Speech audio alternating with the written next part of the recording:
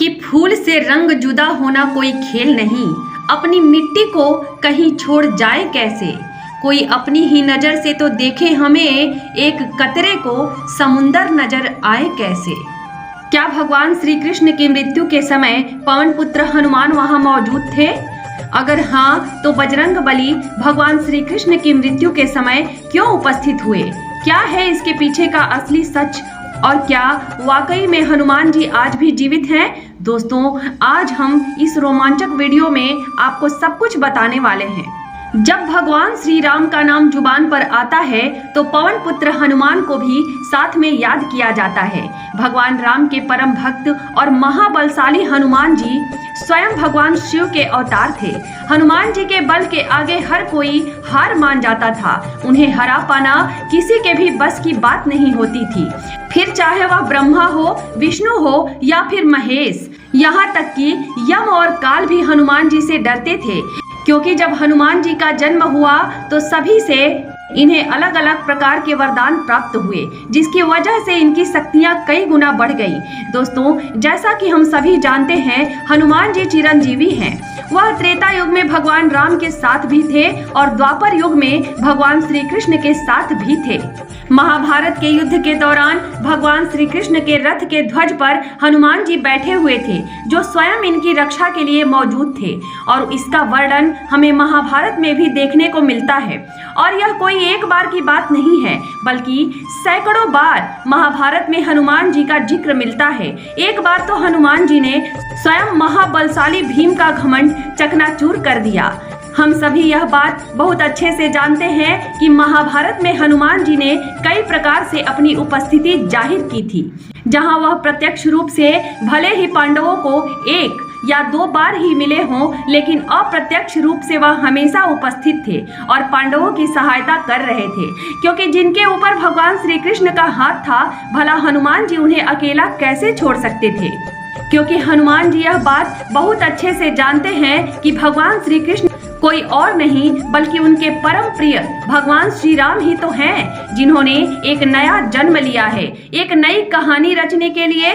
और तो और द्वारिका में भी हनुमान जी का जिक्र देखने को मिलता है, जहां स्वयं भगवान श्री कृष्ण ने उन्हें आमंत्रित किया था ताकि हनुमान जी की सहायता से वह पत्नी सत्यभामा, सुदर्शन और गरुड़ का घमंड तोड़ सके। जब भगवान श्री कृष्ण पत्नी सत्यभामा के साथ सिंहासन पर विराजमान थे और उनके निकट ही गरुड़ और सुदर्शन चक्र भी उनकी सेवा में विराजमान थे, तो बातों ही बातों में रानी सत्यभामा ने व्यंग्यपूर्ण लहजे में पूछा, हे प्रभु, आपने त्रेता युग में राम के रूप में अवतार लिया था। सीता आपकी पत्नी थी, क्या वह मुझसे भी ज्यादा सुंदर थी?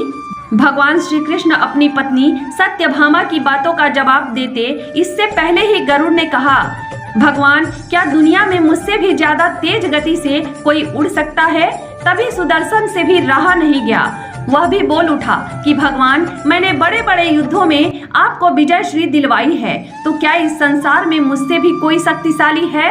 द्वारकाधीश समझ गए कि तीनों में अभिमान आ गया है। भगवान श्री कृष्ण यह सब देखकर मंद मंद मुस्कुराने लगे। वह जान रहे थे कि उनके इन तीनों भक्तों को अहंकार हो गया है और उनका अहंकार नष्ट होने का समय आ गया है।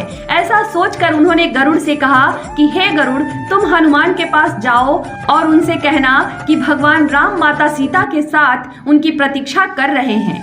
गरुड़ भगवान श्री कृष्ण की आज्ञा लेकर हनुमान को लाने के लिए चले गए। इधर श्री कृष्ण ने सत्यभामा से कहा कि देवी, आप सीता के रूप में तैयार हो जाएं, और स्वयं द्वारिकाधीश ने राम का रूप धारण कर लिया।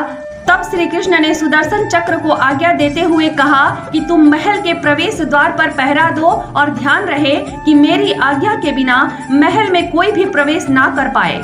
सुदर्शन चक्र ने कहा, जो आज्ञा भगवान, और भगवान की आज्ञा पाकर चक्र महल के प्रवेश द्वार पर तैनात हो गया। गरुड़ ने हनुमान के पास पहुंचकर कहा, हे वानर श्रेष्ठ, भगवान राम माता सीता के साथ द्वारिका में आपसे मिलने के लिए पधारे हैं और आपको बुलाने की आज्ञा दी है। आप मेरे साथ चलिए, मैं आपको अपनी पीठ पर बैठाकर शीघ्र ही वहां ले जाऊंगा। हनुमान ने विनय पूर्वक गरुड़ से कहा कि आप चलिए बंधु, मैं आता हूँ। गरुड़ ने सोचा, अरे पता नहीं यह बूढ़ा बानर कब तक पहुँचेगा, खैर मुझे क्या, मैं तो अभी चला, मेरा कार्य पूरा हो गया है, मैं भगवान के पास चलता हूँ। अब यह सब सोचकर गरुड़ शीघ्रता के साथ द्वारका की ओर उड़ चले। लेकिन यह क्या, महल में पहुंचकर गरुड़ देखते हैं कि हनुमान तो उनसे पहले ही महल में प्रभु के सामने बैठे हुए हैं। गरुड़ का सिर लज्जा से झुक गया। तभी श्री राम के रूप में श्री कृष्ण ने हनुमान से कहा कि पवन पुत्र, तुम बिना आज्ञा के महल में प्रवेश कैसे कर पाए? क्या तुम्हें किसी ने प्रवेश द्वार पर रोका नहीं? हनुमान ने हाथ जोड़ते हुए सिर झुकाकर अपने हाथ से सुदर्शन चक्र को निकालकर प्रभु के सामने रख दिया। हनुमान ने कहा, प्रभु, आपसे मिलने मुझे कोई भला कैसे रोक सकता है? इस चक्र ने रोकने का तनिक प्रयास किया था, इसलिए इसे मुंह में रखकर मैं आपसे मिलने चला आया। मुझे क्षमा करें। भगवान तो मंद मंद मुस्कुराने लगे। अंत में हनुमान ने हाथ जोड़ते हुए श्री राम से प्रश्न किया, हे प्रभु, मैं आपको तो पहचानता हूँ, आप श्री कृष्ण के रूप में मेरे राम हैं, लेकिन आज आपने माता सीता के स्थान पर यह किस दासी को इतना सम्मान दे दिया है कि वह आपके साथ सिंहासन पर विराजमान है? अब रानी सत्यभामा का अहंकार भंग होने की बारी थी। उन्हें सुंदरता का अहंकार था जो पल भर में चूर हो गया। रानी सत्यभामा, सुदर्शन चक्र और गरुड़ तीनों का गर्व चूर चूर हो गया। वो भगवान की लीला समझ रहे थे। तीनों की आंखों में आंसू बहने लगे और वह भगवान के चरणों में झुक गए। भगवान ने अपने भक्तों के अहंकार को अपने भक्त हनुमान द्वारा ही चूर किया। जब हनुमान जी श्री राम की अंगूठी लेने के लिए पाताल लोक गए तो वहां उन्हें वासुकी नाग की सहायता से भगवान श्री राम की हजारों अंगूठियों के बारे में पता चला।